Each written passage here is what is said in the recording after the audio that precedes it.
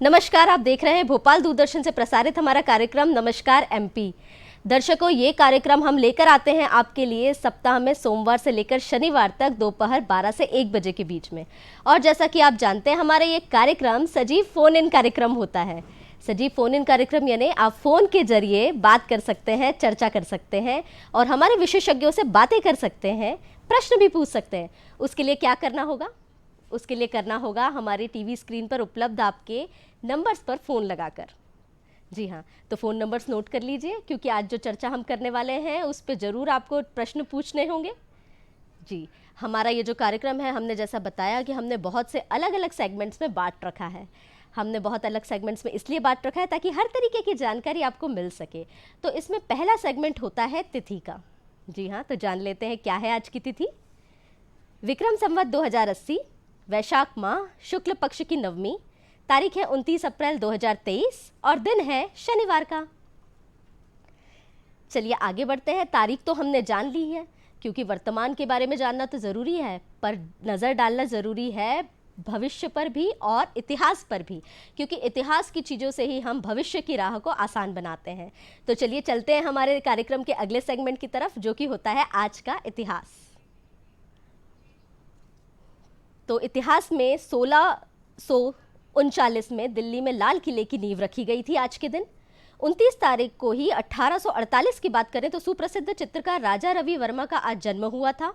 1991 की बात करें तो बांग्लादेश में एक चक्रवात आया था। अब तक दर्ज किए गए यह सबसे घातक उष्णकटिबंधीय चक्रवातों में से एक रहा था।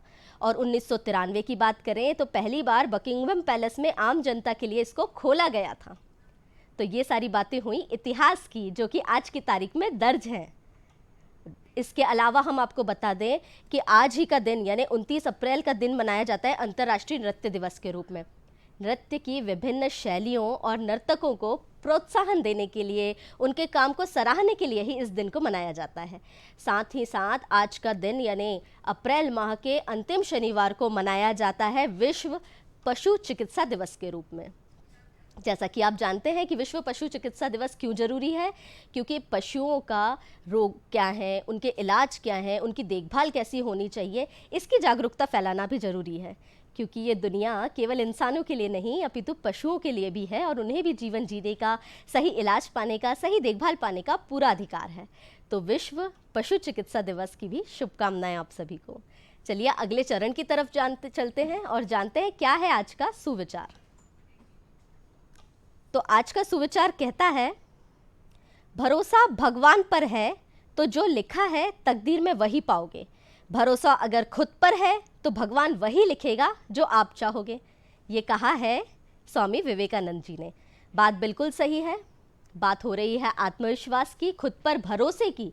तो अगर खुद पर भरोसा हो तो कोई भी मुकाम पाया जा सकता है, क्योंकि मुकाम पाने के लिए आपको अपने लक्ष्य जो है निर्धारित करने पड़ेंगे।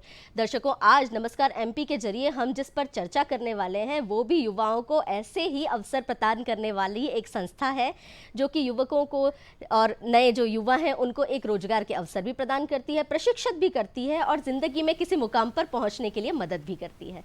जी हाँ, आज हम बात करने वाले हैं सीपेट संस्थान के बारे में और विषय भी यही है, सीपेट संस्थान के द्वारा युवाओं के लिए रोजगार के असीम अवसर प्रदान करता है सीपेट। और central institute of petrochemical engineering के नाम से जो ये संस्थान है, आज उसके बारे में जानकारी देने के लिए जो विशेषज्ञ हमारे साथ हैं वो भी सीपेट से जुड़े हुए ही हैं। सीपेट के आज हमारे साथ जो दो अतिथि हैं उनमें से पहले हैं वहाँ सीपेट के प्रधान निदेशक एवं प्रमुख डॉक्टर संदेश कुमार जैन सर। बहुत बहुत स्वागत है सर आपका हमारे इस कार्यक्रम में। नमस्कार। और दर्शकों, किसी भी संस्था के बारे में जब हम बात करते हैं तो अगर उनके पूर्व छात्रों से या पूर्व कर्मचारियों से बात करें तो पूरी जानकारी हमें मिलती है। तो जी हाँ, जो दूसरे अतिथि हमारे साथ हैं वो सीपेट के पूर्व छात्र भी रहे हैं और 28 वर्षों तक उन्होंने सीपेट के साथ कार्य भी किया है।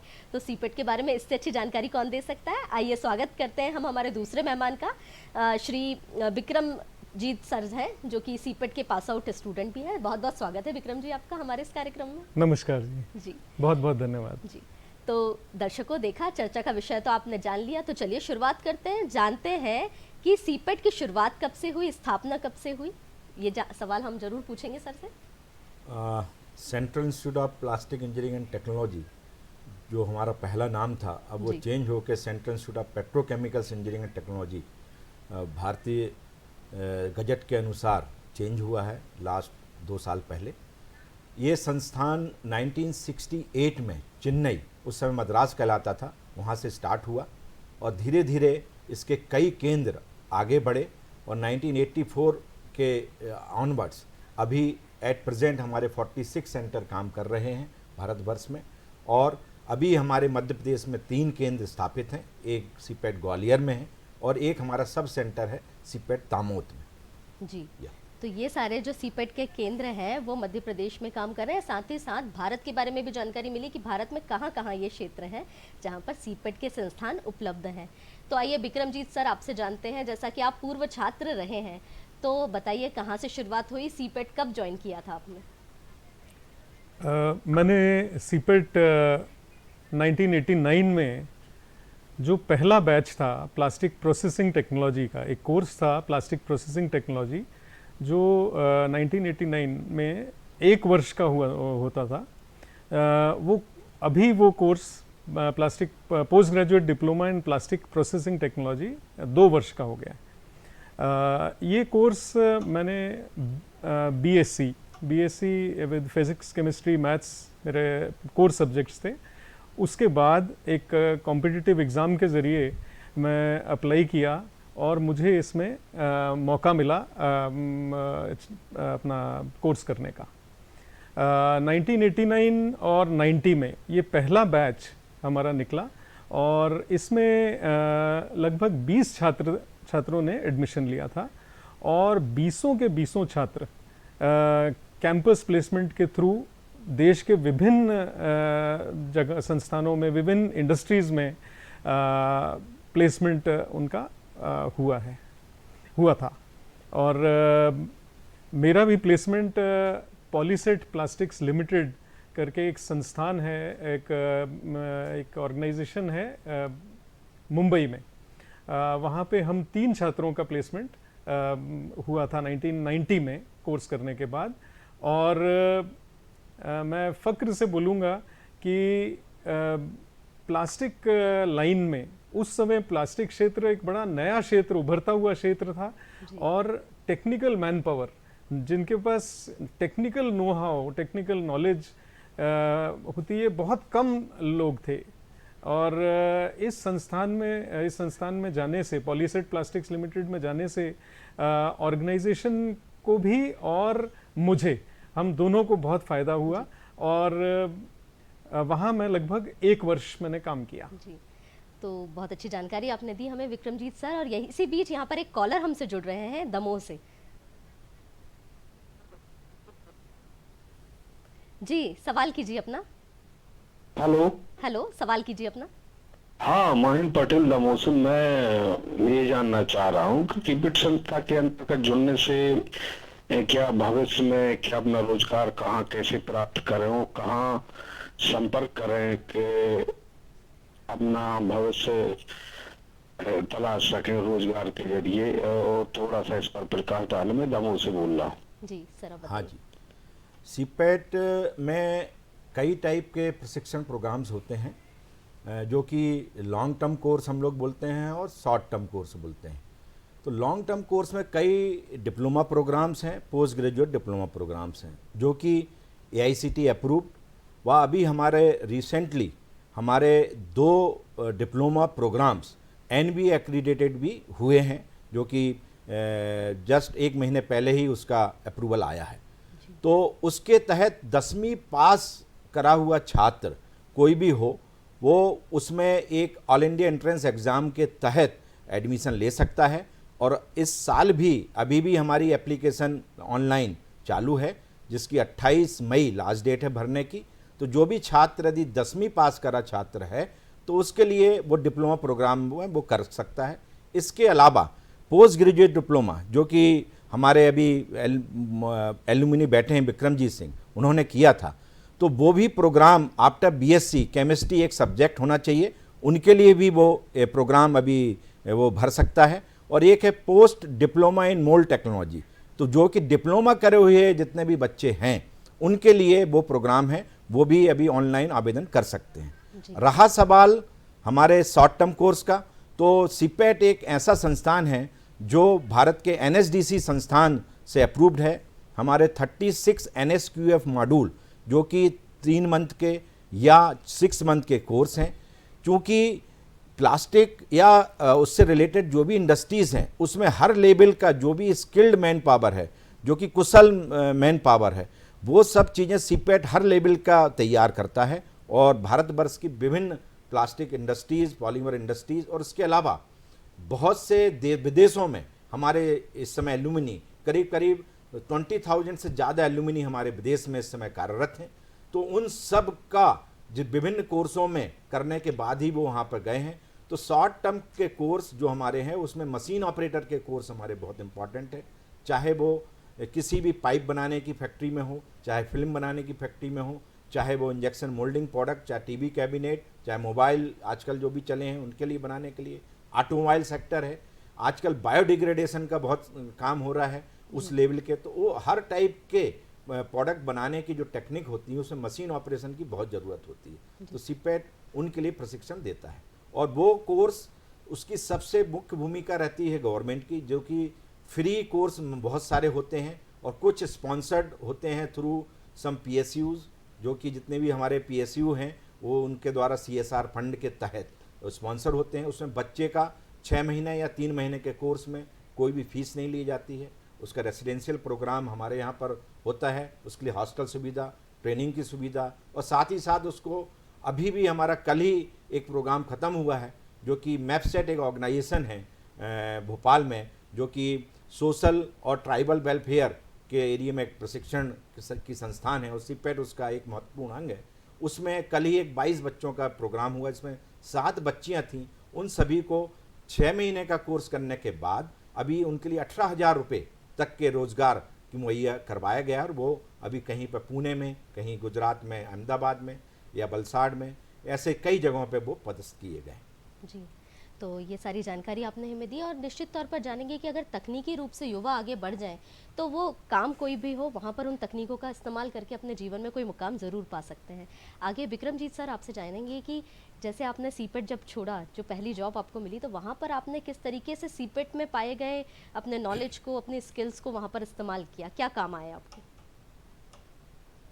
मैं हमेशा सीपेट संस्थान का बहुत आभारी रहूँगा, क्योंकि मुझे अपने व्यक्तित्व विकास में, अपने नॉलेज में, अपनी सब्जेक्ट नॉलेज में, अब सब्जेक्ट नॉलेज में सीपेट में हमें इतनी अपार संभावनाएं हैं कि जैसे मैं बताऊंगा कि इसमें सीपेट में डिज़ाइनिंग, सीपेट में टूलिंग, सीपेट में प्रोडक्शन एंड प्रोसेसिंग और गुणवत्ता, मतलब प्लास्टिक क्वालिटी टेस्टिंग, ये इतनी चीज़ें एक ही छत के नीचे शायद ही किसी संस्थान में होंगी जो सीपेट में है।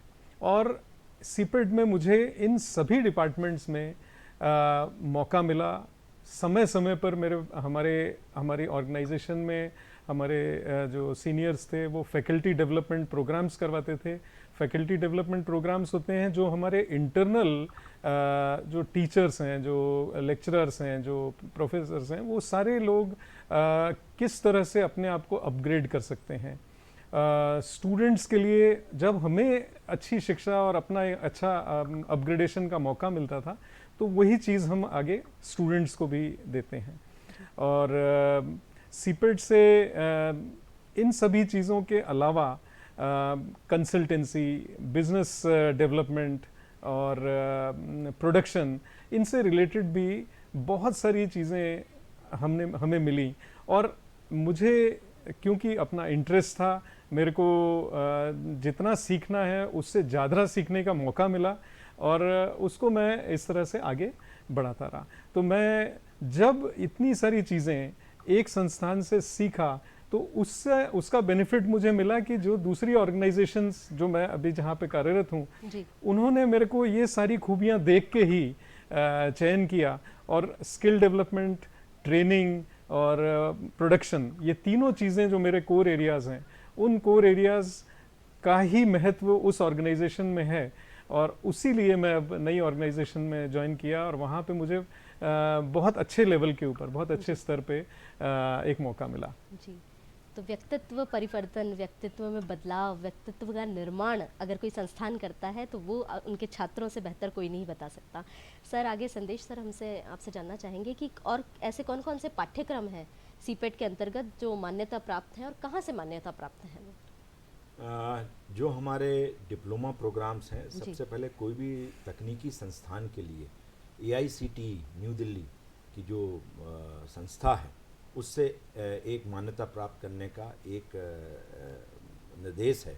तो हमारे जितने भी पाठ्यक्रम हैं, तकनीकी पाठ्यक्रम हैं, उन सभी का AICTE अप्रूवल है हमारे पास।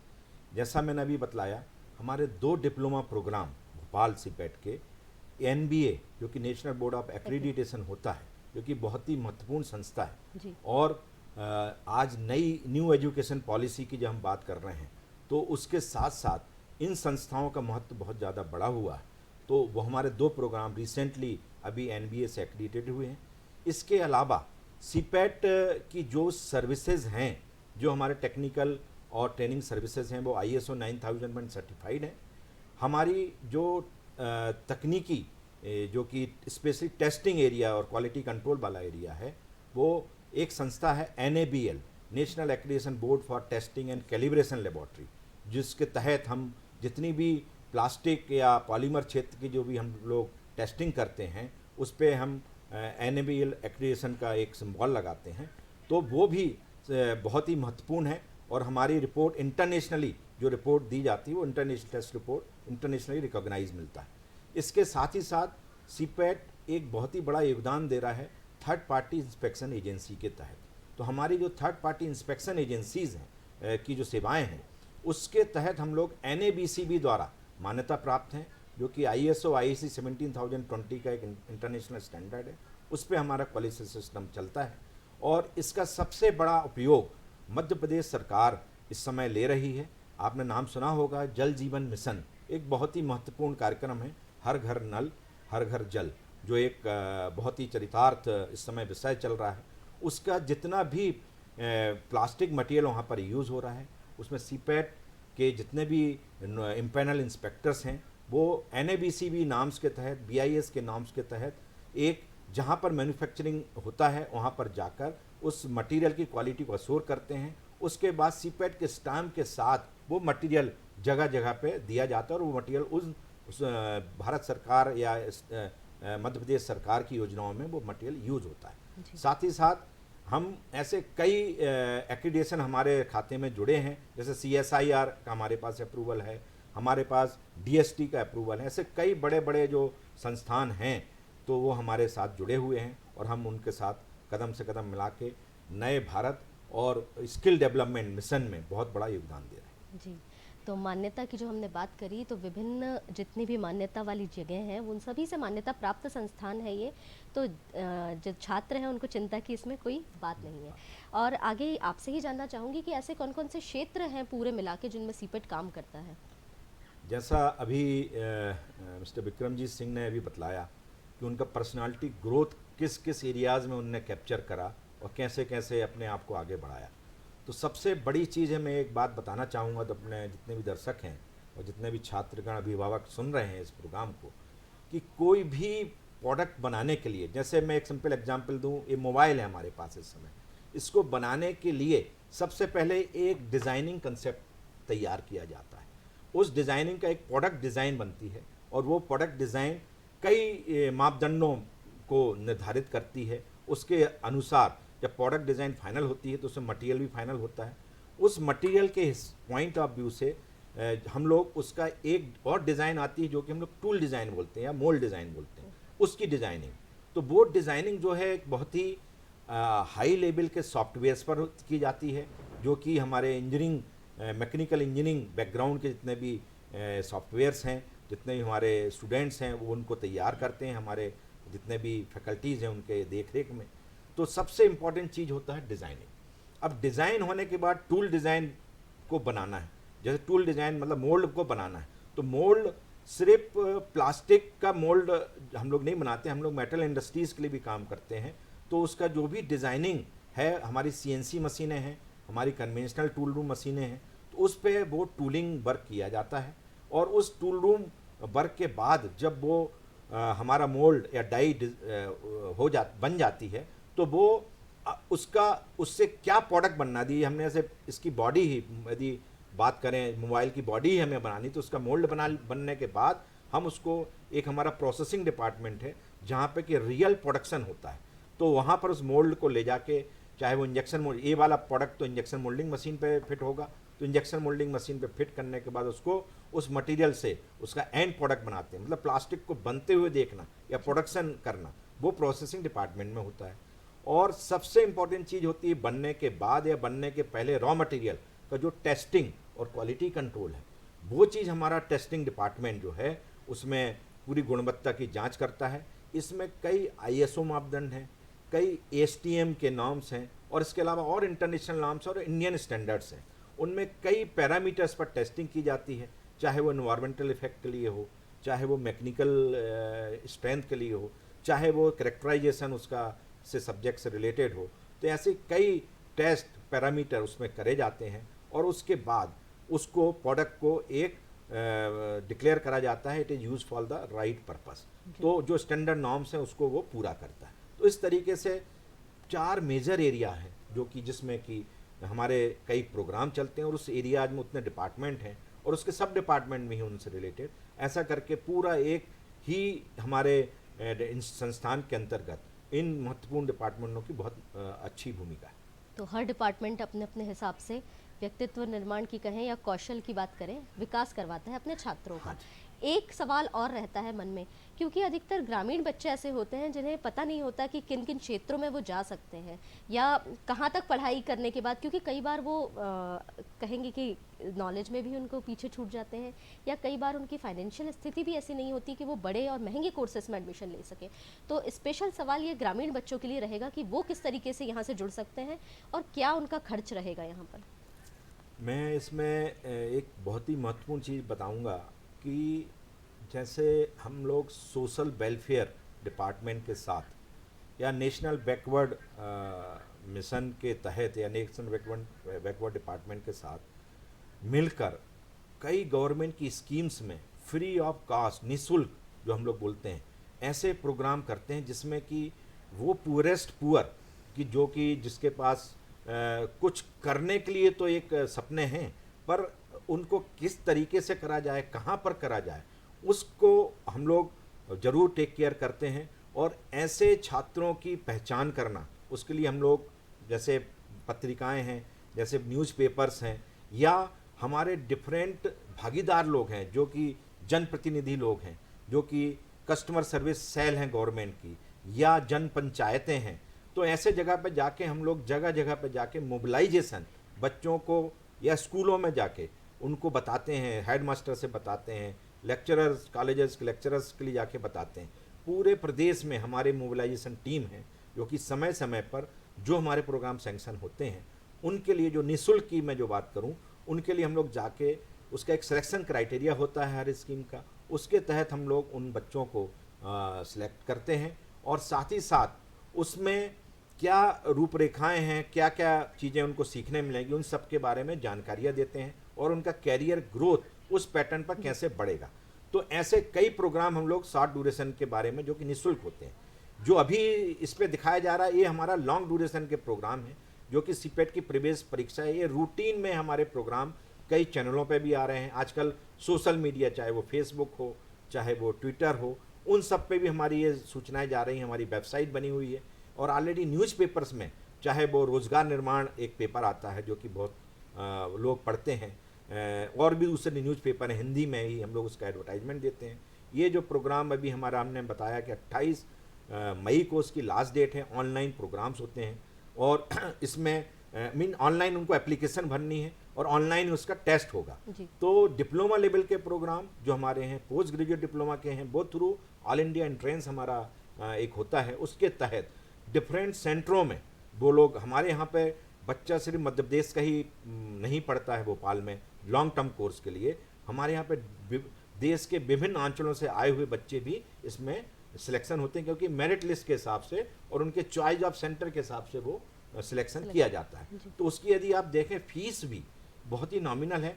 यदि हम एक पर सेमेस्टर फीस उसकी चाहें तो 16,700 रुपया बहुत ही नॉमिनल फीस है, जो कि कई बच्चे उनके लिए स्कॉलरशिप फॉर्म में उसको रिम्बर्समेंट मिल जाता है, चाहे वो सोशल वेलफेयर से हो, चाहे ओबीसी से हो, इवन माइनॉरिटी से हो, और उसके साथ ही साथ कई स्टेट गवर्नमेंट जनरल कैटेगरी के लिए भी प्रोविजन रखा है, उनके लिए भी वो फीस का रिम्बर्समेंट देती हैं। तो एज सच देखा जाए बच्चों का उतना खर्चा नहीं आता और उनके लिए एक बहुत ही अच्छे सुनहरे अवसर मिल जाते हैं, जिससे कि वो डिप्लोमा करके या हमारा शॉर्ट ड्यूरेशन करके निःशुल्क जो प्रोग्राम है उससे उसके तहत अपने भविष्य को सुनिश्चित कर सकते हैं। जी, तो ये जानकारी बच्चों के लिए बहुत ही महत्वपूर्ण रही, क्योंकि जो आर्थिक रूप से कमज़ोर बच्चे हैं, कमज़ोर वर्ग के बच्चे हैं, वो भी यहाँ पर एडमिशन लेके न्यूनतम जो फीस है उसको लेकर एक तकनीकी शिक्षा पा सकते हैं और अपने जीवन में आगे के रास्ते आसान कर सकते हैं। आगे विक्रम जी आपसे जानना चाहेंगे कि क्योंकि हमने यहाँ पर ग्रामीण अंचल के बच्चों की बात करी, उनके मन में एक सवाल और भी रहता है कि हिंदी माध्यम से वो अधिकतर आते हैं और अधिकतर टेक्निकल कोर्सेज जो रहते हैं वो अंग्रेजी माध्यम में रहते हैं। किस तरीके से वो कोप अप करते हैं और सीपेट किस तरीके से उनको मदद करता है ऐसे बच्चों को? जैसा आपने बोला कि ग्रामीण अंचल से जो बच्चे आते हैं उनके लिए सिर्फ जो टेक्निकल टर्म्स होते हैं वही अंग्रेजी में होते हैं, जो कि हमारी फैकल्टी बहुत अच्छे से उन बच्चों को केयर करती है और उनको सीपेट की जो फैकल्टी है वो बहुत अच्छे से समझाती है। बाकी इंग्लिश मीडियम और हिंदी मीडियम दोनों के क्लासेस अवेलेबल हैं। और एक मतलब जो बहुत महत्वपूर्ण चीज़ मैं आपको बताऊं कि सीपेट में जो ग्रामीण अंचल से बच्चे आते हैं उनके लिए कुछ लैंग्वेज की ट्रेनिंग भी दी जाती है। सर मेरे ख्याल से आप इससे सहमत होंगे कि बहुत सारी उनके लिए अलग से क्लासेस की जाती हैं जिससे उनका लैंग्वेज का भी विकास हो। और ये जो कोर्सेज हैं, आपको एक और चीज़ मैं बताऊं, बहुत अच्छी चीज़ है कि सीपेट एक ऐसा संस्थान है, अभी तक मैं बहुत सारे संस्थानों में मैं घूमा हूँ, लेकिन सीपेट एक ऐसा संस्थान है जिसमें 70% प्रैक्टिकल ट्रेनिंग है मशीन्स के ऊपर और 30% है ब्लैक बोर्ड एजुकेशन। तो 70% जो मशीन पे बच्चा काम करता है उसको लैंग्वेज इतना बड़ा बैरियर नहीं होता, चाहे वो ग्रामीण अंचल से हो चाहे वो शहरी अंचल से। तो स्टूडेंट्स का सिर्फ अपना इंटरेस्ट होता है। बहुत सारे बच्चे पढ़ाई में कमज़ोर होते हैं लेकिन काम बहुत अच्छा करते हैं। तो सीपेट ऐसा संस्थान है जो कि उस तरह के बच्चों को जो थोड़ी सी मेहनत करना चाहते हैं उनको बहुत अच्छे से आगे बढ़ाने में सक्षम है। और ये जो ऑर्गेनाइजेशंस में बच्चा एक बार आ जाता है, माँ बाप का सपना होता है कि हमारा बच्चा कुछ कर जाए, तो ये एक ऐसा संस्थान है जहाँ पे कि बच्चा प्रैक्टिकल और एकेडमिक्स दोनों में वो बहुत अच्छा काम करता है और बहुत अच्छे से आगे परफॉर्म करता है। परफॉर्म करने के बाद और एक सबसे अच्छी चीज़ है कि यहाँ पर जैसा सर ने बताया, प्रधान निदेशक महोदय ने, कि बच्चों को प्लेसमेंट भी दिया जाता है। तो प्लेसमेंट दिया जाता है जहाँ पे पढ़ाई के साथ, शिक्षा के साथ अगर नौकरी भी प्रोवाइड करवाई जाए। ये अपने तरह का एक अनोखा मॉडल है पूरे हिंदुस्तान में। और बच्चे बहुत अच्छा परफॉर्म करते हैं, इनको एक बेस बहुत अच्छा मिल जाता है। तो कल इंडस्ट्री में जाके उनको, क्योंकि उन्होंने मशीनों पे काम किया होता है, तो वो बहुत अच्छे से उसमें अपना काम कर सकते हैं और उनको कोई परेशानी नहीं जाती इंडस्ट्रियल एटमॉस्फेयर में। सर आप कुछ इस बारे में थोड़ा प्रकाश डालेंगे? प्लेसमेंट के बारे में हम सर से भी जानना चाहेंगे कि कहाँ कैसे प्लेसमेंट दिया जाता है। देखिए, सीपेट के जो भी कैरिकुलम है वो इंडस्ट्री ओरिएंटेड होते हैं। सबसे पहले तो हम समय समय पर अपने जितने भी स्टेक होल्डर्स हैं उनसे फीडबैक लेते हैं, उनके साथ बैठते हैं, मंथन करते हैं और उसके हिसाब से कोर्स उनकी क्या नीड है, इस समय टेक्नोलॉजी में क्या एडवांसमेंट आया है, उसके हिसाब से हम लोग अपने कोर्स को मॉड्यूल में चेंज भी लाते हैं और उसको पर्टिकुलर NSQF मॉडल में उसको कन्वर्ट भी करते हैं। रहा सवाल प्लेसमेंट का, तो प्लेसमेंट जैसे हमारे यहाँ पर एक बहुत ही अच्छी एक प्रशासनिक एक सुविधा है कि जो भी प्लेसमेंट एजेंसीज़ हैं उनके लिए हमारे लिए एक सेपरेट डिपार्टमेंट हमारा है जो कि प्लेसमेंट सेल के नाम से, उसमें हमारे परमानेंट लोग उसमें लगे हुए रहते हैं। कंटिन्यूसली हमारा इंडस्ट्रीज़ का एक डाटाबेस रहता है और उनसे हम लोग जुड़े रहते हैं। उनका किस लेवल के व्यक्ति को उनके लिए इस समय ज़रूरत है उसका एक वो लोग हम लोगों के लिए कम्युनिकेशन करते हैं और उससे रिलेवेंट जो स्टूडेंट हैं उनके लिए हम अवसर प्रदान करते हैं कि भाई स्टूडेंट का इंटरेस्ट उस लाइन में जाने का है या नहीं, तो उसके हिसाब से हम स्टूडेंट की संख्या को फिल्टर करते हैं। ऐसा नहीं कि हम सभी के लिए वो चीज़ ऑफर कर दें एक साथ, हम स्टूडेंट का इंटरेस्ट जिससे कि इंडस्ट्री की नीड और स्टूडेंट का इंटरेस्ट जो है दोनों मैच हो। नहीं तो क्या होता है कि स्टूडेंट ज्वाइन करने के बाद उसको अच्छा नहीं लगता है, उसका इंटरेस्ट उस एरिया में नहीं रहता है, तो ड्रॉप आउट्स हो जाते हैं वहाँ पे, तो उसकी एक प्लेसमेंट में थोड़ा सा हम लोग की दिक्कतें आती हैं उस समय।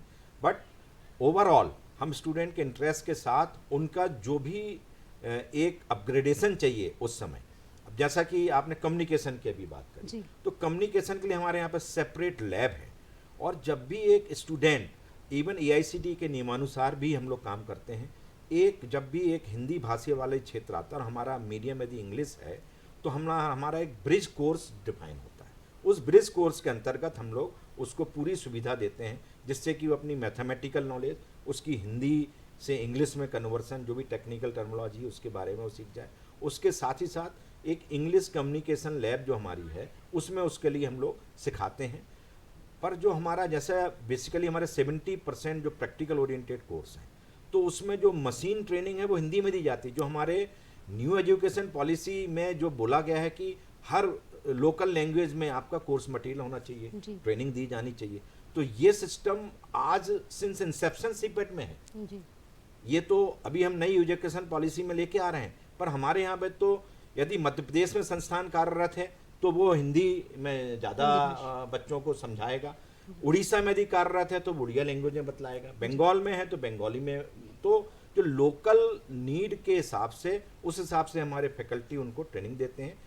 ऐसा नहीं है कि हमारे फैकल्टी सिर्फ उसी रीजन के, हमारे यहाँ पे फैकल्टी जैसे भोपाल में साउथ के भी आदमी काम कर रहे हैं क्योंकि it is a national institute. तो अल्टीमेटली जो एक language is not the barrier, और दूसरा चीज़ जो बच्चों के लिए जिस हिसाब से कोर्स और इंडस्ट्री में जो प्लेसमेंट चाहिए उसकी नीड को हम लोग असेस करते हुए ट्राई करते हैं कि जो एम्प्लॉयर है वो भी सेटिस्फाइड रहे और लॉन्ग टर्म बेस पे बच्चे उनसे जुड़ें। साथ ही साथ कुछ बच्चों का इंटरेस्ट होता है कि हमें हायर एजुकेशन में जाना, डिप्लोमा करने के बाद उनको बीटेक करना है, तो उसकी भी हम लोग सुविधा प्रदान करते हैं उनके लिए नए जो भी हमारे केंद्र हैं जहाँ पे बीटेक प्रोग्राम चल रहे हैं उनसे उनको कनेक्ट करवाते हैं। साथ ही साथ कोई बच्चे को इंडस्ट्री डालना है तो इंडस्ट्री में एंटरप्रेन्योरशिप प्रोग्राम भी हम उनके लिए इनपुट देते हैं। तो वो अच्छा, कुछ बच्चे ऐसे आते हैं उनकी ऑलरेडी इंडस्ट्रीज होती हैं, उनके फादर उनको वो कोर्स करने के लिए भेजते हैं, तो ऐसे बच्चे तो और ज़्यादा सीखते हैं, उनके लिए इंटरेस्ट बहुत ज़्यादा रहता है। तो अल्टीमेटली यदि आप ऐसे देखा जाए तो 90% तो पूरे प्लेस हो जाते हैं, कुछ 10% जो लोग हैं या तो हायर स्टडीज़ में चले जाते हैं या खुद का बिजनेस वो करने में सक्षम होते हैं। तो ऐसा करके ओवरऑल जो मॉडल है, चाहे डिप्लोमा का हो और शॉर्ट ड्यूरेशन में तो 99% बच्चे हमारे प्लेस्ड हो जाते हैं जी।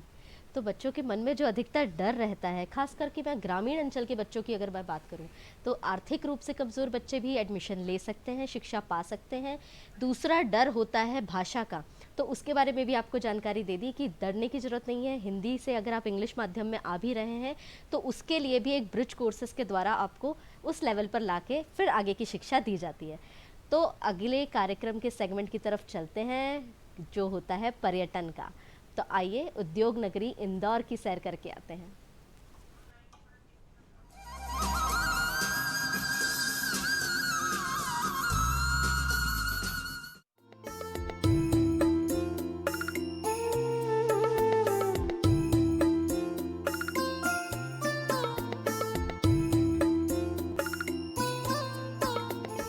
एक तरफ इंदौर में स्थित बड़े उद्योग देश की प्रगति में अपना अमूल्य योगदान दे रहे हैं, तो दूसरी तरफ हस्तकला के क्षेत्र में भी देश और विदेश में अपनी जगह बना ली है। कपड़ा, चर्म और अन्य वस्तुओं का उपयोग कर यहाँ सुंदर रंग बिरंगे जानवरों के रूप में सजावट की वस्तुओं को बनाया जाता है।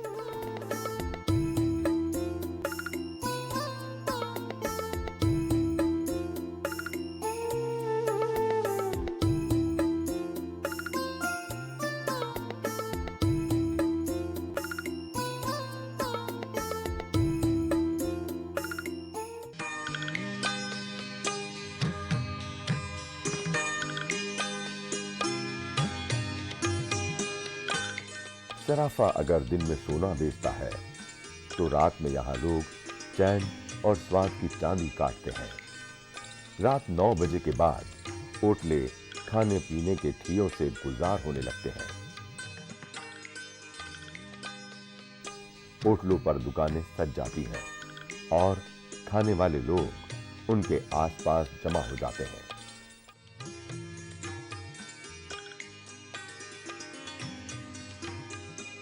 चाट, गुलाब जामुन, आइसक्रीम, जो जी करे खाते जाइए और उंगली चाटते जाइए। ये सिलसिला आधी रात तक चलता है। खाने वाले भी शहर के अलग अलग कोने से यहाँ आते हैं। यहाँ आके पहली बार ये गली देखी, मज़ा आ गया इसमें। मतलब जो वैरायटी यहाँ देखने को मिल रही है, जो चीज़ें जो हमने कभी सुनी नहीं, ना कभी देखी। आज जैसे ये गराड़ू है, हमने कभी नाम नहीं सुना भाई इसका, पर आज चखने के लिए खड़े हुए हैं यहाँ पे और इतनी दूर से आया है, इसका आनंद ही हो रहा है।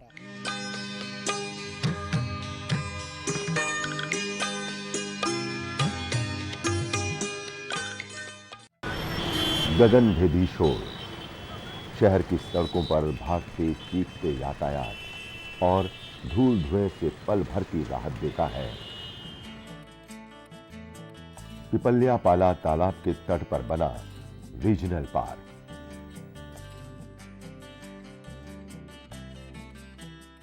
हरियाली की चादर ओढ़े ये पार्क आराम बांटने के लिए बाहें फैलाकर लोगों का सत्कार करता है। अटल बिहारी वाजपेयी क्षेत्रीय उद्यान का बड़ा क्षेत्रफल लुभाता है और उसकी खूबसूरती बार बार अपनी ओर खींचती है। आने वाले लोग तालाब के निर्मल जल में नौका विहार करते हैं।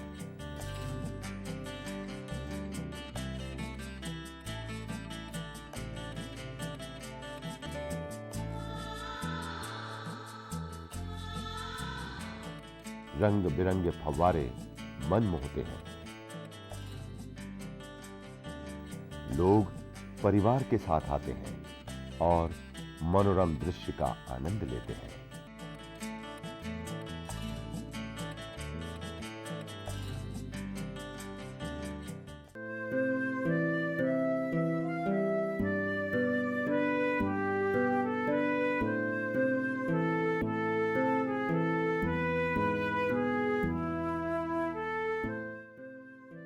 इतिहास और कला के आगे इंदौर शहर की दास्तान और भी है। इस शहर में उच्च कोटि की शिक्षा उपलब्ध है।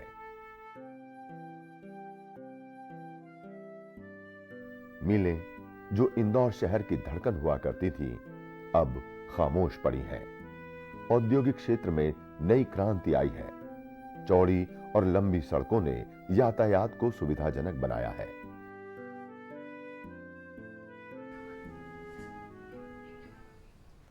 जी, तो कैसी लगी आपको इंदौर की सैर? उद्योग नगरी होने के साथ साथ खाने के लिए भी ये फेमस है ही। पूरे विश्व में जाना जाता है इंदौर का नमकीन। और आपने देखा कितनी पर्यटन की जगह भी हैं। तो आइए, घूम के आइएगा कभी इंदौर और साथ में अपने परिवार को भी ले जाइएगा। चर्चा को आगे बढ़ाते हैं और आगे संदेश सर आपसे जानना चाहेंगे कि जैसा कि आप बता रहे थे कि आपके और भी उच्च केंद्र हैं जहाँ सीपेट की शिक्षा दी जाती है। तो मेरे मन में भी ये सवाल है और दर्शकों के मन में भी निश्चित तौर पर होगा ही कि ऐसे बच्चे जो आज बीटेक करना चाहते हैं या डिप्लोमा के बाद एडमिशन लेना चाहते हैं, तो उनके लिए क्या प्रावधान है, किस तरीके से वो ज्वाइन कर सकते हैं? सीपेट में इस समय करीब 7 उच्च शिक्षण केंद्र हैं जो कि विभिन्न स्टेट्स में स्थित हैं, जहां पर कि डिप्लोमा के बाद BTech programme, MTech programme, PhD programmes, उन सबको डिफरेंट लोकल यूनिवर्सिटी, उस स्टेट की जो है टेक्निकल यूनिवर्सिटी, उसके एफिलिएशन के साथ किए जा रहे हैं। जो सीपेट के विद्यार्थी हैं जो डिप्लोमा इन प्लास्टिक टेक्नोलॉजी या diploma in plastic mould technology के जो प्रोग्राम्स हैं वो करने के बाद वो सेकेंड ईयर में लेटरल एंट्री के तहत उसमें एडमिशन लेते हैं। उसकी एक प्रक्रिया जो भारतीय और एआईसीटी के नॉर्म्स के हिसाब से जो की गई हैं, उसके हिसाब से पूरा पालन होता है। और उसमें सीपेट से पास आउट विद्यार्थी कोई भी यदि उसमें एडमिशन लेना चाहता है तो डेफिनेटली उसको वो मौका मिल जाता है ऑटोमेटिकली। ऐसा कोई प्रेफरेंस नहीं, क्योंकि कोई भी तकनीकी संस्थान में एक ग्रुप और सब ग्रुप होता है AICTE के नॉर्म्स के हिसाब से, तो उसमें कई ब्रांचेज आ जाती हैं। उन सब ब्रांचेस में प्लास्टिक टेक्नोलॉजी भी एक ब्रांच आती है। जी। तो उन सब विद्यार्थियों को उस मापदंड के तहत जो एक प्रक्रिया है उससे गुजरना पड़ता है। पर जनरली सीपेट से पास आउट स्टूडेंट जिसका इंटरेस्ट है वो उसके लिए एडमिशन मिलने की कोई ऐसी असुविधा नहीं पाई गई है अभी तक। साथ ही साथ कई बच्चे बीटेक करे हुए, चाहे मैकेनिकल से करे हों, चाहे प्रोडक्शन से करे हों या केमिकल से करे हों, वो बच्चे हमारे संस्थानों में एमटेक प्रोग्राम जो होते हैं, जो कि अहमदाबाद सेंटर है, भुवनेश्वर सेंटर है, लखनऊ सेंटर है और जयपुर सेंटर है, इवन चेन्नई सेंटर है, कोच्चि सेंटर है, इन सब में वो उस टाइप के प्रोग्राम्स कर सकते हैं। PhD प्रोग्राम्स ऑलमोस्ट हर जगह, हर केंद्र में उपलब्ध हैं। यदि किसी को रिसर्च करना है, जैसे मैं भोपाल की बात करूं तो भोपाल राजीव गांधी प्रौद्योगिकी विश्वविद्यालय के अंतर्गत as a research centre approved है। बरकतुल्लाह यूनिवर्सिटी से हमारा भी MOU है। ऐसी सभी बड़ी बड़ी यूनिवर्सिटी से हमारा MOU है। तो उसके तहत कोई भी बच्चा रजिस्टर्ड कर सकता है PhD में, और जो हमारी फैसिलिटीज़ हैं उनको यूज़ करके अपना रिसर्च वर्क आगे बढ़ा सकता है, हमारे फैकल्टी को गाइड भी बना सकता है। और ऐसे ही कई MSc based, MSc polymer science वाले प्रोग्राम भी हैं, MSc बायोटेक्नोलॉजी वाले प्रोग्राम भी हैं। ऐसे हमारे कई कोच्चि सेंटर हुआ, ऐसे ही भुवनेश्वर में एक लेबॉर्ट्री है, बहुत ही एडवांस लेबॉर्ट्री है जो कि R&D पर ही काम कर रही है। Laboratory for means higher materials, जो हमारी एप्लीकेशंस के द्वारा होती है, एडवांस पॉलीमरिक मटेरियल पर काम कर रही है। तो उसमें भी वो एडमिशन ले सकते हैं ऐसे हायर कोर्सेज के लिए। जी, तो कुल मिला के अगर हम बात करें तो एक ऐसा बच्चा जो 10वीं या 12वीं पास करके आया है उसके लिए भी शिक्षा के अवसर हैं, साथ ही साथ जो डिप्लोमा किए बच्चे हैं उनके लिए उच्च शिक्षा के अवसर हैं, और उच्च शिक्षा प्राप्त किए जो बच्चे हैं वो PhD लेवल की अगर पढ़ाई करना चाहें तो उसके भी अवसर आपके पास हैं। हर लेवल के अवसर छात्रों के पास उपलब्ध हैं। बहुत अच्छी जानकारी आपने दी यहाँ पर। और सवाल एक मन में ये भी रहता है कि कौन से बच्चे, जैसे मैंने बोला, क्योंकि सवाल यही है कि कहाँ तक की मिनिमम शिक्षा होनी चाहिए सीपेट में डिप्लोमा कोर्स ज्वाइन करने के लिए। सीपेट के जो डिप्लोमा कोर्स है एज पर AICTE नॉर्म 10वीं पास बच्चा PCM से जो है फिजिक्स केमिस्ट्री मैथमेटिक्स के अंतर्गत वो होना चाहिए। तो मिनिमम क्वालिफिकेशन 10वीं पास चाहिए डिप्लोमा के लिए। जी। और पोस्ट डिप्लोमा के लिए डिप्लोमा प्रोग्राम करा हुआ होना चाहिए। हाँ। और पोस्ट ग्रेजुएट डिप्लोमा जो सीपेट चलाता है उसके लिए BSc, और उसमें भी chemistry one of the subject उसका केमिस्ट्री होना चाहिए। जी जी। और जैसा कि आपने बताया कि डिप्लोमा के बच्चों को लेटरल एंट्री में भी एडमिशन तो वो साल भी उनका इवन सिर्फ सीपेट संस्थान में ही उनको लेटरल में नहीं, बाकी नेशनल इंटरनेशनल किसी भी कोई भी संस्थान संस्थान में हो, वो लेटरल एंट्री उनके लिए परमिटेड है। यहाँ से पढ़ने के बाद वो जहाँ चाहे वहाँ लेटरल एंट्री के थ्रू आगे की शिक्षा प्राप्त कर सकते हैं। बिल्कुल सही। और एक बहुत बड़ी बात आती है, क्योंकि ये प्लास्टिक इंजीनियरिंग या प्लास्टिक से ज़रूरी जो सामान है उससे रिलेटेड ये बात है, तो मन में एक सवाल जरूर आता है सिंगल यूज़ प्लास्टिक्स के बारे में या वेस्ट मैनेजमेंट के बारे में। तो वो कैसे किया जाता है और उसके बारे में क्या जानकारी देना चाहेंगे? ये एक बहुत ही महत्वपूर्ण विषय है जिस पर भारत सरकार के निर्देशानुसार ये संस्थान बहुत ही एरियाज़ में काम कर रहा है। जहाँ पर हम सिंगल यूज प्लास्टिक की बात करें तो इस समय जो प्लास्टिक वेस्ट मैनेजमेंट रूल है और CPCB की जो गाइडलाइंस बनाई गई हैं उसके तहत हम लोग कई awareness programme, workshops, even industries association के साथ मीटिंग्स करके उनके को जो भी मापदंड तैयार करे गए हैं उनकी अवेयरनेस के बारे में, उसमें जो उनका रोल होना चाहिए उसके बारे में, साथ ही साथ उससे नए नए अल्टरनेटिव के बारे में हम लोग डिस्कशन में लगे हुए हैं। कई मंथन चल रहे हैं, कई प्रोग्राम्स में हमने भी ऑर्गेनाइज करे हुए हैं। और इसमें एक महत्वपूर्ण योगदान सीपेट देता है कि जो स्कूली शिक्षा वाले बच्चे हैं उनके लिए कैसे अवेयरनेस लेके आएँ कि plastic is very good material, rather we are not able to manage it, the waste को हम मैनेज नहीं कर पा रहे हैं, तो उसमें कैसे हमें उसको मैनेज करना है, कैसे उस मटेरियल से रिसाइकलिंग करके, यूज्ड मटेरियल से रिसाइकलिंग करके हम नए प्रोडक्ट बना सकते हैं, कैसे हमें उन चीज़ों को कंट्रोल करना है, उन सब के बारे में भी हम लोग जगह जगहों पर जाके स्कूल के बच्चों के बीच कई कॉम्पिटिटिव एग्ज़ाम, चाहे वो स्लोगन राइटिंग के फॉर्म में हो, चाहे पेंटिंग के फॉर्म में हो, चाहे और लेख के फॉर्म में हो, ऐसे हम लोग प्रोग्राम करते हैं। उनके लिए कई अवेयरनेस प्रोग्राम करवाते हैं और उसमें बच्चों को के फीडबैक के साथ कई ऐसी गाइडलाइंस भी बनी हुई हैं जो कि बहुत ही हम लोग अच्छे अनुभव रहे हैं कि बच्चे ही देश का भविष्य है, जैसे हम लोग बोलते हैं। यदि हम स्कूली शिक्षा से ही उनको और प्रेरित करें, और जैसा कि सबके सामने ये अनुभव है, जैसे अभी आप इंदौर की बात कर रहे थे, तो स्वच्छता में भी इंदौर नंबर 1 पिछले 5 सालों से सुदृढ़ है। सिमिलरली भोपाल भी रहा है, अभी भी नंबर 3 नंबर 4 पर उसकी पोजीशन आती है। तो जो एक स्वच्छता जो अभियान चला है भारत सरकार के नेतृत्व में और स्पेशली आदरणीय प्रधानमंत्री के नेतृत्व में, तो उसके बारे में लास्ट 10 ईयर से इतना ज़्यादा अवेयरनेस लोगों में है, क्योंकि ये एक जन आंदोलन है। जन भागीदारी है। यदि जन भागीदारी नहीं होगी तो इसमें कोई भी काम हम लोग नहीं कर पाएंगे प्रॉपरली। तो उसमें हमें अपनी इथिक्स को, अपने एथिकल सेंस को, और जो कि नेचर के प्रति हम लोग अपने आप को जोड़ते हैं, तो उसके प्रति यदि हमारा लगाव रहेगा कि हमें अपने एनवायरनमेंट को कैसे प्रोटेक्ट करना है, तो ऐसी भावनाओं के साथ ही हम इस मिशन को कामयाब कर सकते हैं। जी, निश्चित तौर पर एक संस्थान जो है वो पर्यावरण को ध्यान में रखते हुए भी अगर कार्य करे तो वो तो इसका नैतिक मूल्यों को ध्यान में रखते हुए कार्य करता ही है। और मध्य प्रदेश के अगर हम अन्य विभागों की बात करें तो ऐसे कौन से विभाग हैं जहां पर सीपेट की मदद से कुछ कार्य किए जा रहे हैं? सीपेट जैसा मैंने बतलाया कि ये भारत सरकार का एक बहुत ही महत्वपूर्ण संस्थान है, पर जब इसकी रूपरेखा तैयार होती है, जब इसका प्रोजेक्ट बनता है किसी भी स्टेट में आने के लिए, तो सबसे बड़ा योगदान होता है उस स्टेट गवर्नमेंट का। तो 50-50% कंट्रीब्यूशन, चाहे वो फाइनेंशियल के फॉर्म में हो, चाहे लैंड देने के फॉर्म में हो, तो जो कंसर्न स्टेट गवर्नमेंट होती है वो उसमें अपना योगदान देता है, लैंड देता है, बिल्डिंग बना के देता है, हर चीज़, तो उसमें उसका महत्वपूर्ण योगदान होता है। और प्लांट एंड मशीनरी भारत सरकार उसको देती है, और मैन पावर। तो जब स्टेट गवर्नमेंट का इतना अच्छा योगदान रहता है, तो वो जो हमारा एक संपर्क है उनके साथ, जो एक हमारा अटैचमेंट है, वो हम लोग अभी तक 1988 में जैसे भोपाल स्टार्ट हुआ और आज हम लोग 2023 में हैं, तो ऑलमोस्ट मोर देन 30 ईयर्स यदि हम मान लें यदि उसको, तो हमारा इतना अच्छा कोऑपरेशन स्टेट गवर्नमेंट से मिल रहा है।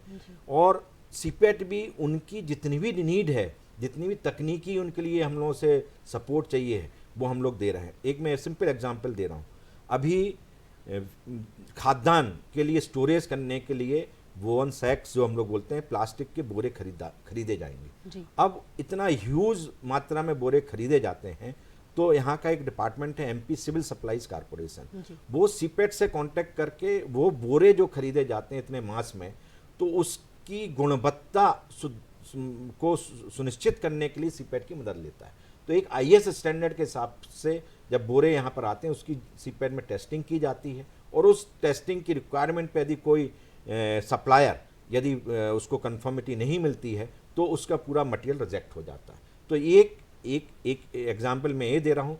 सिमिलरली जैसे एक माइक्रो इरिगेशन सिस्टम, जहाँ पर कि आपने देखा होगा ड्रिप इरिगेशन है, स्प्रिंकलर इरिगेशन है, तो उद्यानिकी विभाग है एक यहाँ पर जो कि हॉर्टिकल्चर डिपार्टमेंट के नाम से जाना जाता है। उनमें जो भी सब्सिडाइज रेट पे जो किसानों के लिए स्प्रिंकलर या ड्रिपर्स दिए जाते हैं सिस्टम्स, तो उसकी गुणवत्ता को इंश्योर करने के लिए वो सीपेट की मदद लेते हैं। सिमिलरली हम एक और आपके लिए एग्जांपल देना चाहेंगे कि अभी रिसेंटली हमारे पास जूट के भी बोरे जो कि एक अल्टरनेटिव के तहत प्लास्टिक के आए, तो उसकी भी सुविधा हमारे पास है टेस्टिंग की। उसमें गरीबों के लिए 5 किलो या 10 किलो का बैग गवर्नमेंट ने दिए हैं, तो उसकी भी हम लोग ने गुणवत्ता को इंश्योर करा है। और अभी फ्यूचर में आप देखना चाहेंगे मध्य प्रदेश सरकार एक तेंदुपत्ता बीनने वालों, बोरी पत्तों को बीनने वालों के लिए वाटर बॉटल, साड़ी और चप्पल्स वगैरह भी देगी। तो जो उसकी वाटर बॉटल है उसका जो गुणवत्ता वो सीपेट संस्थान ही इंश्योर करेगा। और जैसा मैंने बता चुका हूँ, जल जीवन मिशन के अंतर्गत या और भी जैसे नर्मदा वैली का डिपार्टमेंट है या WRD डिपार्टमेंट है, ऐसे कई विभाग हैं, PhD डिपार्टमेंट, जल जीवन, उनके लिए जो भी पाइप की ज़रूरत होती है, फिटिंग्स की ज़रूरत होती है प्लास्टिक के, या टैंक की ज़रूरत होती है, उन सब का थर्ड पार्टी इंस्पेक्शन सीपेट ही एक एकमात्र एजेंसी है जो कि मध्य प्रदेश सरकार को अपना महत्वपूर्ण योगदान दे रही है। ऐसे छोटे छोटे कई डिपार्टमेंट जी। हैं, चाहे वो हम प्लास्टिक नेट की बात करें, सैड नेट की बात करें, जो कि आजकल बहुत पॉली हाउस में यूज़ होती है, तो ऐसे मेडिकल सिरिंजेस की बात करें, ऐसे कई चीज़ें हैं जिसमें सीपेट अपना महत्वपूर्ण योगदान दे रहा है। और साथ ही साथ उनको टेक्निकल कंसल्टेंसी भी, उनको ये पता नहीं रहता कि इस प्रोडक्ट की क्या स्पेसिफिकेशन होंगे, इसमें क्या मटेरियल लगने वाला है, तो उन सब का एक डॉक्यूमेंटेशन पार्ट जो है वो सीपेट सुनिश्चित करता है, उनके साथ मिलके उनकी जानकारियों को एकत्रित करके उसको एक स्वरूप देता है, जिससे कि वो अपनी टेंडरिंग प्रोसेस को आगे कर पाए। जी, तो मतलब अलग अलग विभागों को अपना योगदान सीपेट इस तरीके से प्रोवाइड करता है। ये प्रश्न जरूर रहेगा मन में कि क्या ऐसे कोई स्टूडेंट हैं जो अनुभव है, जो अच्छे मुकामों पर पहुंचे हैं, उदाहरण के तौर पर हम जिन्हें बोल सकते हैं? मैं 1992 से इस संस्थान में हूँ, जी।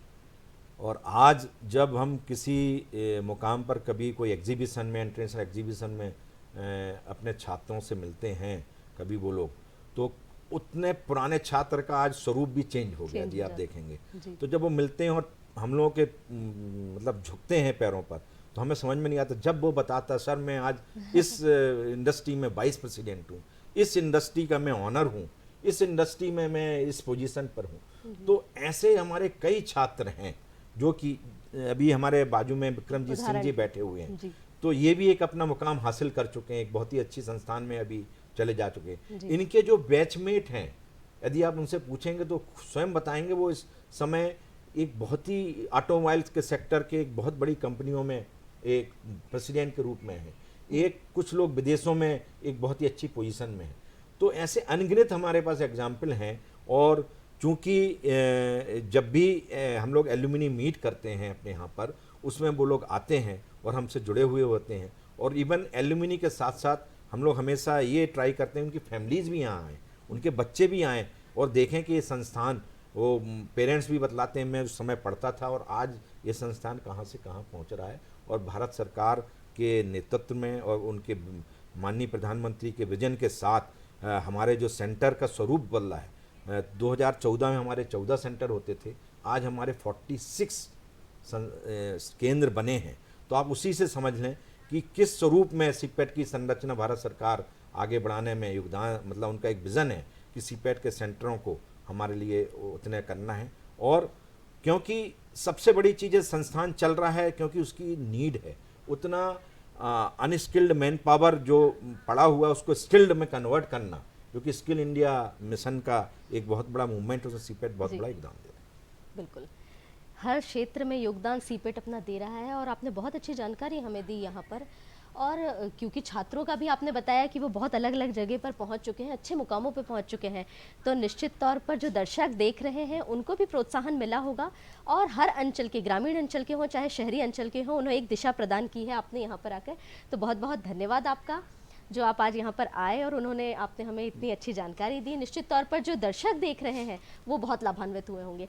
साथ ही साथ विक्रमजीत सर, आपको भी हम बहुत बहुत धन्यवाद देना चाहेंगे क्योंकि आपका जो अनुभव रहा है सीपेट के साथ वो आपने हमारे साथ साझा किया और विद्यार्थी आपसे भी प्रेरणा पाकर अपने जीवन की राह आसान बनाएंगे। तो बहुत बहुत धन्यवाद आपका भी जो आज आप कार्यक्रम में आए दूरदर्शन की ओर। बहुत बहुत धन्यवाद जी। तो दर्शकों, कैसा लगा आपको आज का हमारा कार्यक्रम? इसके जरिए हमने जाना कि सीपेट जैसे संस्थान किस तरीके से छात्रों के लिए काम कर रहे हैं और रोजगार के नए नए अवसर प्रदान कर रहे हैं। उम्मीद करते हैं आज के कार्यक्रम की जानकारी आपको अच्छी लगी होगी। अगले कार्यक्रम में मुलाकात होने तक अलविदा, नमस्कार।